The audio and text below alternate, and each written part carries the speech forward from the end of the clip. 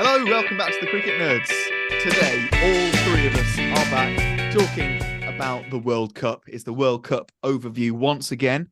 We've had another addition to the Certified Cricket Nerds group. Parv has joined us. So welcome. We've now got two people that are members to the Cricket Nerds. If you want to join, hit the join button. Ryan, I think it's next to the subscribe button down there somewhere. Not hard to find. Yeah, you'll find it easily. So yeah, join along, get some cool, just some cool perks. You can read all about it in the description. Okay, so I think we're going to work back chronologically. So today we watched India pretty much edge it. Well, it seemed like easy towards the end, but it was a very good game against New Zealand, and we'll work backwards from there. So let's go right into it. Vikrat Kohli, as Zach's dad likes to call him. He Vikrat.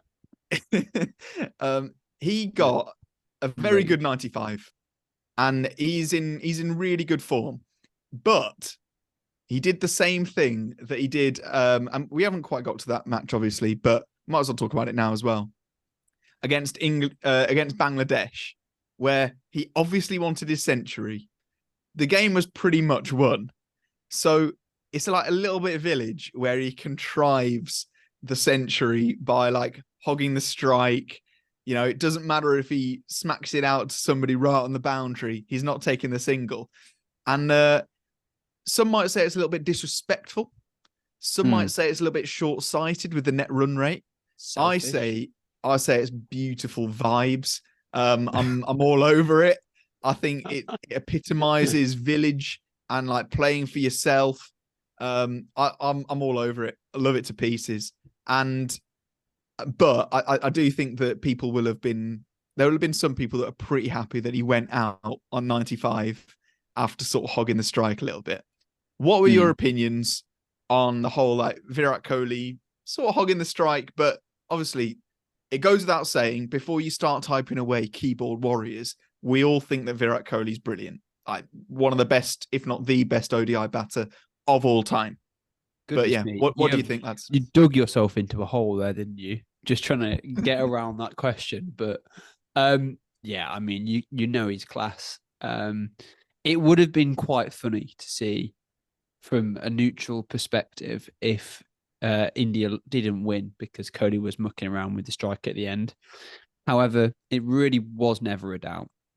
As soon as he put that partnership up, I think it was in the bag, and especially with Jadeja still there, the game would have always been won. So I have no problem with someone coming in and trying to get 100. I think Virat's trying to get the record number of hundreds. I think he's a few away from Sachin. I think he's just one now, actually. He's so there you go. I think he from might be one Sachin. away from Sachin Tendulkar's record. So you can see why he's trying to do that and trying to contrive it. And I tell you what, he's got plenty of time left in the competition to do this. But I wanted to, with this game, more focus on New Zealand, because how New Zealand have turned up in this World Cup and put the critics, especially us, to silence with how they've performed all the way through this World Cup has been something special to watch. There's always been someone who's played well in the game, be it Daryl Mitchell in this game, supported by Ravindra. And they've just shown us, haven't they, that actually, yeah, they are a boring side playing boring cricket, but they first of all play better when Kane Williamson's not there. And second of all, they're just a good all-round side. And yeah, I think, I don't know if you agree with this, Zach, or not, but do you think that this could be the final? Yeah, it very well be. I mean, they're the top two teams so far in this World Cup. New Zealand have turned up and performed in basically every single game, including this one. When they were 2 wickets down, I was like, well, India are going to steamroll New Zealand for not many. They were 2 for 19 off within 10 overs, 8 overs, I think. So they were going nowhere. The Indian bowlers, let's give credit to Jasprit Bumrah and Mohammad Siraj. They bowled incredibly well at the top, really limited the scoring.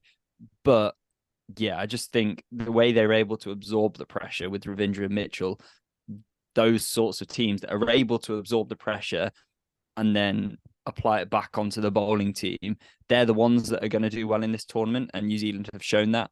And like you said, Ben, like everyone has had their moment in this World Cup, really, for New Zealand. And I mean, Tom Latham, he's a good replacement in terms of captain as well for Kane Williamson. So they've got those options there. They just play smart cricket. And the one thing that kind of set India out from New Zealand in this game is the fact that New Zealand were kind of on target to get 300. And to only get 273 to fall short shows how strong India are, how good they are in those at that end stage and at the beginning of the innings. I mean, the first 10 overs and the last 10 overs really showed how good India are in that bowling innings. But in terms of the batting, I thought if New Zealand managed to get 300, then that will pose a bit of a challenge for India, given how good New Zealand are as a bowling attack. But there were no doubts in my mind that India were going to get there, especially with the form that some of their players are in. I mean, Rohit Sharma, Virat Kohli, when they're in form, India are going to win more of their games than lose more of their games, aren't they? But I don't know what you think about this, James.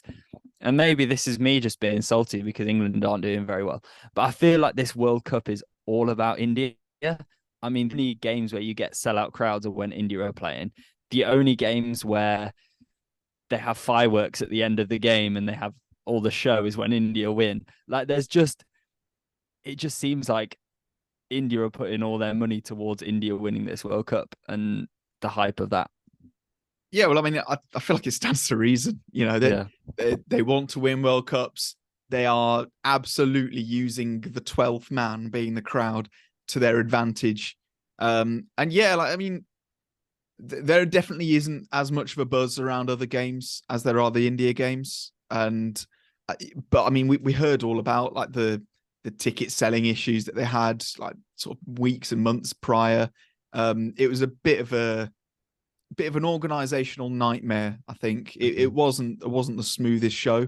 So that kind of stands to reason. But like you say, India are looking so strong, so unbelievably strong. And the noise in that crowd when Virat Kohli was like, you know, he was on 92 and they needed 8 runs to win.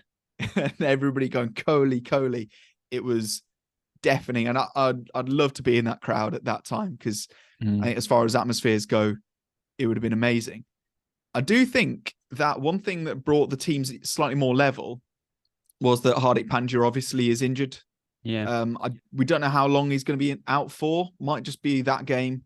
But Parv, our new member, he said he predicted it. He said, if Hardik is unavailable for the New Zealand match, what combination should India play? And then he said, Shardul goes out and Shami comes in, and then Sky comes in for Hardik. What do you think? And he nailed it. It does limit India in terms of if one of their bowlers is having a bad time, because for Kuldeep's first few overs, he looked awful. Like Rachin Ravindra and Daryl Mitchell completely showed how to bat against Kuldeep Yadav. And they took him to pieces. And unfortunately for India, Kuldeep came back and he was brave with where he was bowling, and he ended up picking up 2 wickets, and he wasn't as expensive as he could have been. But without that 6th bowling option, it does mean that India are slightly more vulnerable. But what I said was that Shardul Thakur needs to come, like need to get rid of him, because he is a bits and pieces bowler. I do get that he does break, you know, the big games apart, but Mohammad Shami is so good in ODIs. Yeah, he's proved it. I think it's probably his best format. Like, he's a very, very good test bowler, and he's got some T20 skills. So ODI just suits him down to the ground, and he showed it. You know, he came in first game of the tournament for him, 5 for. Yeah. What's not to love? You know, and there was 5 big wickets as well. I agree. I think a number of teams this World Cup have actually shown that that 6th bowling option, albeit it's a nice to have, I don't think it's an essential part to win a game. Just look at South Africa yesterday. I don't want to spend too long on this game because yesterday was a it was a hard day as an English sport fan after being beaten by South Africa in the rugby and the cricket. But anyway, South Africa put up a massive total, didn't they? And really just put England to shame with some massive scores coming from Heinrich Klaassen and Reza Hendricks and Mark. I mean, all the batters apart from Quinton de Kock and David Miller, to be honest. But I think that South Africa showed that actually with that setup of batting down to 6, having your all-rounder at 7, and then having the rest of your bowlers can work when you apply yourself properly and you execute. England tried a similar thing, and I mean, the less said about that, the better. Apart from Mark Wood, who I think should be opening the batting in the next game. Mark Wood opened the batting and the bowling. And then with Gus Atkinson. With Gus Atkinson, and then we'll just go from there and figure it out. But yeah, Zach, now we've had a bit of time to think about that game. What are your thoughts on it? Well, I mean, if you look at the statistics from since the 2015 World Cup, England have been the dominant team in white ball cricket. There's been 5 ICC tournaments, white ball tournaments, and England have made the semi-final and final of every single one. They currently hold the World Cup, currently hold the 2020 World Cup. You look at some of the players in that team, and they haven't really changed since that 2015 World Cup. And they're almost at the height of their careers, really. You look at players like Joss Buttler, Ben Stokes, Joe Root, David Milan. And so the fact that they are performing so badly, it almost doesn't make that much sense. I mean, if you might think England might have lost 3 of these 4 games, but to lose in the way they have, they've been utterly annihilated in 3 of these 4 games, and they've got very good teams. So it has to be all mental, because it just doesn't really make that much sense. I know they've not prepared well. I know players like Chris Woke, Sam Curran aren't that in form, but for them to be playing so badly, I mean, they're getting paid to land the ball on the spot, and they can't do that. And they're playing in a World Cup. Like, it's just quite sad in a way, because we want England to do well. We expect England to do well, and England doing well is the thing that will make it a good tournament in some ways, because they were the team coming in that could challenge India for the title. But yeah, South Africa just they've come into this tournament with everyone in form. I don't know if you want to talk about their batting, James, because it's next level. Yeah, I'm happy to. Because, like you say, it was really impressive. And Reza Hendricks hasn't even played, comes in for Temba Bavuma, gets an 85 at better than a runner ball. England look impotent with their bowling. Topley was the only person that looked decent, and now he's going home. Now he's going home because he took it looked like the most innocuous little thing, but if you've ever played cricket, I think you know the pain where he leant down to stop a ball and it just clipped the end of his finger, and it was one of his bowling fingers as well. And yeah, it just kind of I bet that finger's black now. But yeah, he's had to go home, so it must have been bad. And yeah, it meant that the one bowler that actually looks threatening on that pitch for England went. And he suddenly started bowling horribly because he basically just couldn't bowl anymore. And South Africa were brilliant. Everybody kind of did their part. If somebody went out, didn't matter, because you'd have Marco Jansen, who is a genuine all-rounder now. 75 or 42 he got. Outrageous. It was some pretty poor bowling, to be fair. It was poor bowling, but it still takes putting away. And I said before this World Cup that South Africa's success would hinge on Marco Jansen because he balances that side. And they have been successful. And for me personally, I think Marco Jansen, if South Africa get much further in this tournament, he should be the player of the tournament because he has performed with the bat when he's been called upon, and he's been very consistently aggressive with the ball. He's taken wickets, and he gets big players out. Mm. I completely agree with what you said, though, Zach, that it is mental for England, because these players are world class, and we've seen each one of them perform and pretty much win a game by themselves. So for them to capitulate in such an embarrassing way, and it was humiliating. They were lucky they didn't look like they were going to get 100, and it was only because of Atkinson and Wood that they managed to. It was an embarrassment, and we do have a CNQ from Look Who's Watching. Mm. And he said, do you reckon Matthew Mott and Butler have made some wrong strategic decisions this World Cup? You know, making as many as 3 changes in a white ball side for a crucial match vis-a-vis South Africa in the World Cup. No Liam Livingstone on a small ground who could have hit a flurry of sixes, especially in Mumbai. Just bowling first in a humid steam chamber. It's interesting. Zach, you've just sent a little message saying you've got some stats. That's what we'd love to see. Yeah, well, since the 2015 World Cup, England have won 23 bilateral one-day series, and they've only lost 8. Now, 3 of those 8 losses have come since Matthew Mott's taken over. And I feel like whenever England have been losing these series or these games, well, even just look at the games they've lost this World Cup, there's always been a reason why they've lost, that the England players have kind of said after the game.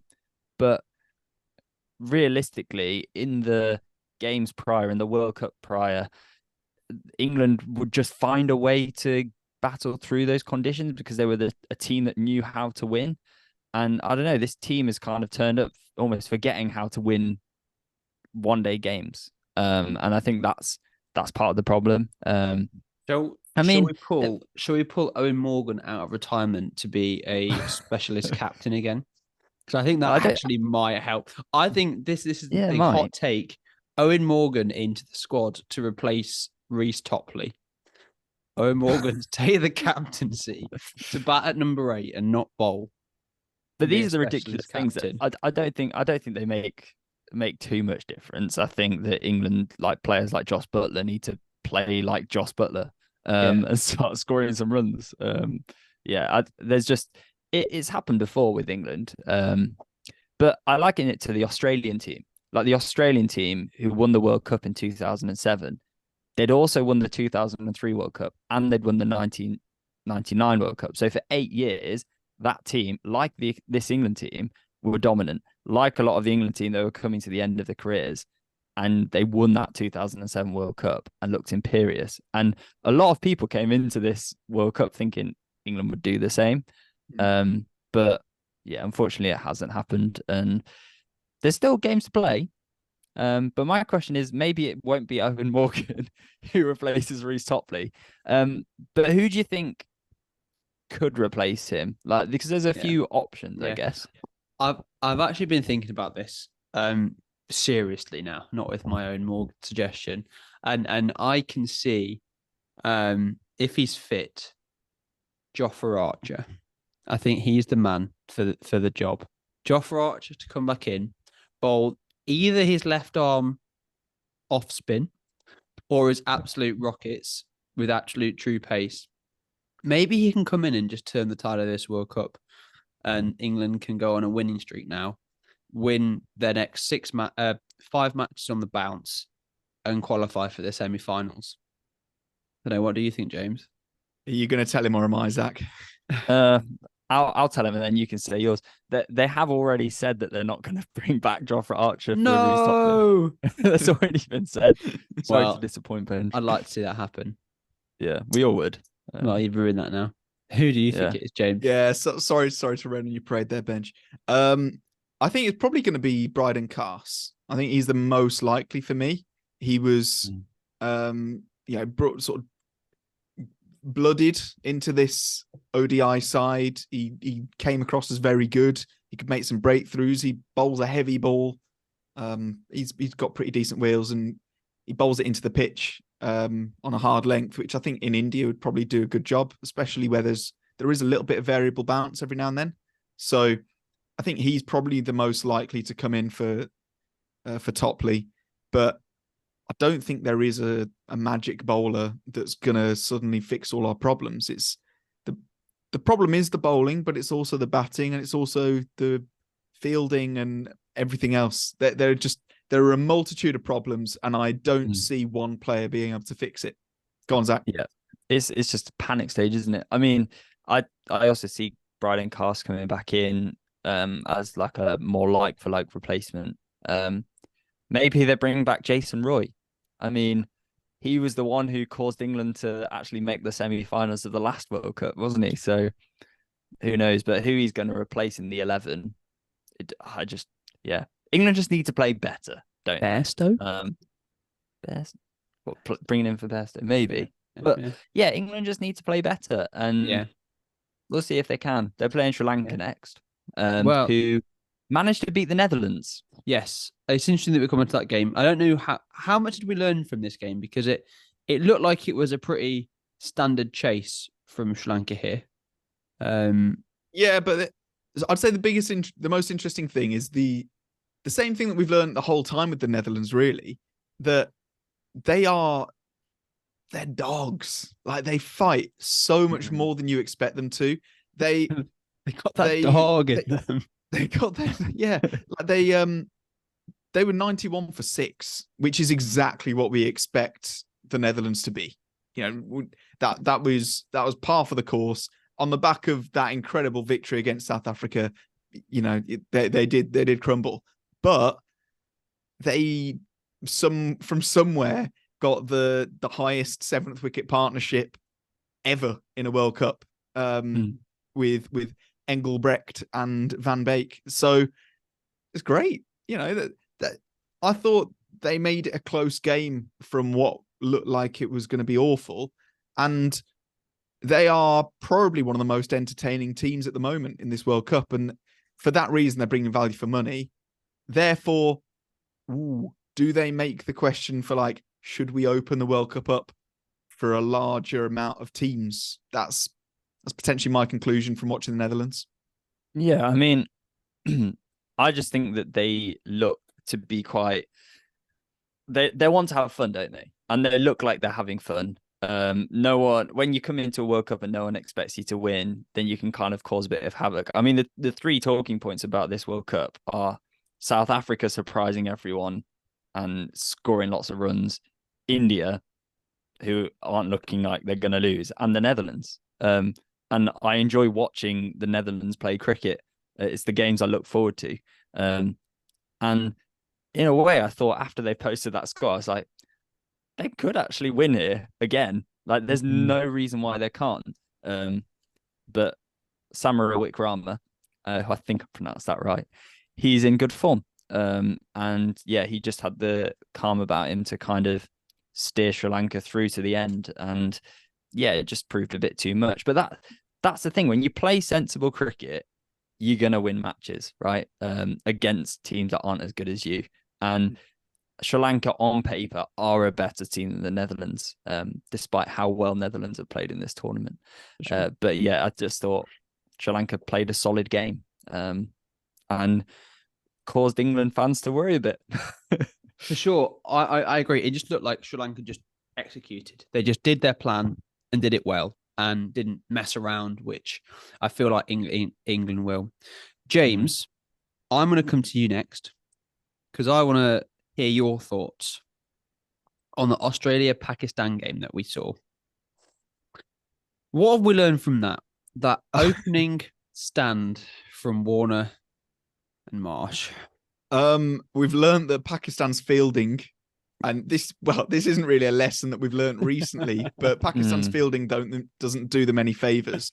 Australia's fielding was also terrible, to be clear, but yeah, dropping David Warner on 10 probably wasn't the best tactical decision from a Sam Amir, and it was an absolute howler of a drop as well. Like, I don't know how he managed to drop it because his hands were here and it went like past him. It was embarrassing. Hey, it made them lose the game. It happens to all of us.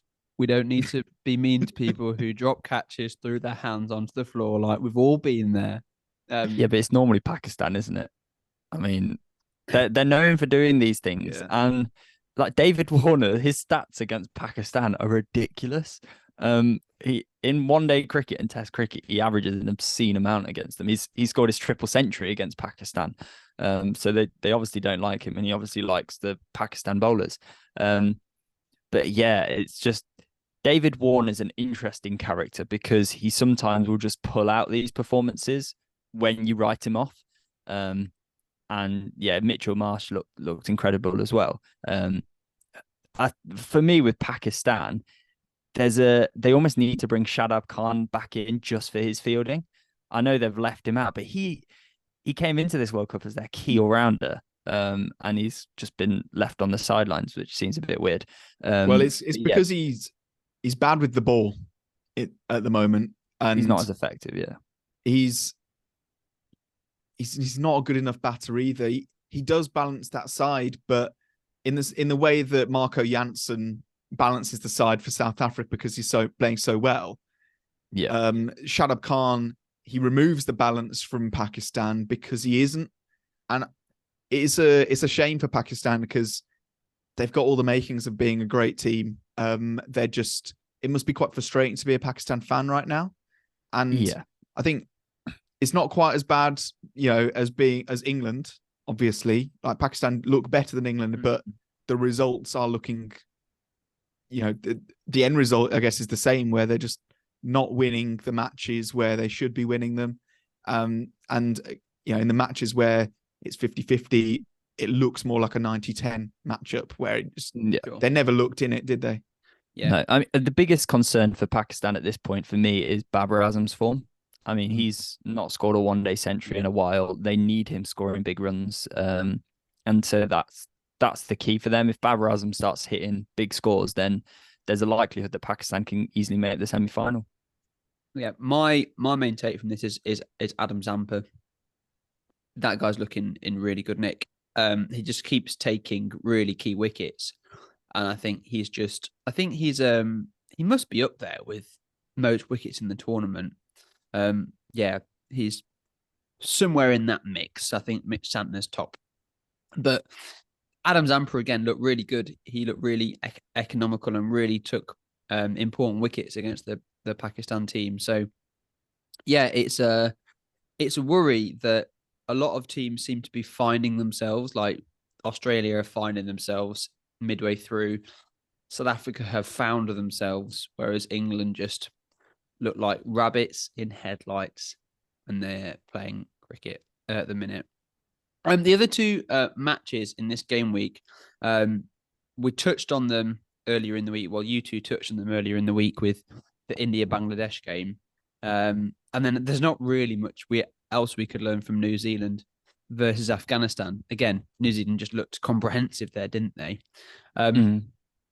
So I want us to look at our fantasy pick of the week before we end. So I know we've started game week 5 with this game, but who have you two eyed up for your fantasy player this week? Zach, I'm going to come to you first. I reckon.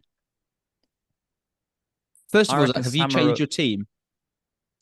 No, I don't need to. I've got Daryl Mitchell. I've got Shaheen Shah Afridi. So Rassie van der Dusen. I've got some good players in. So who's your pick for this week?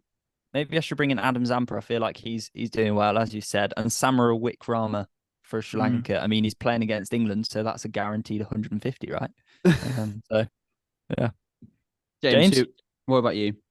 I mean, my big fantasy transfer this week was to get Mitch Santner in, but I feel like it's cheating to say because he's already in. I also got Rohit Sharma in, so both of them played already. But yeah, I think a Sri Lankan bowler, just any of them, and anyone that can pitch it broadly on the strip.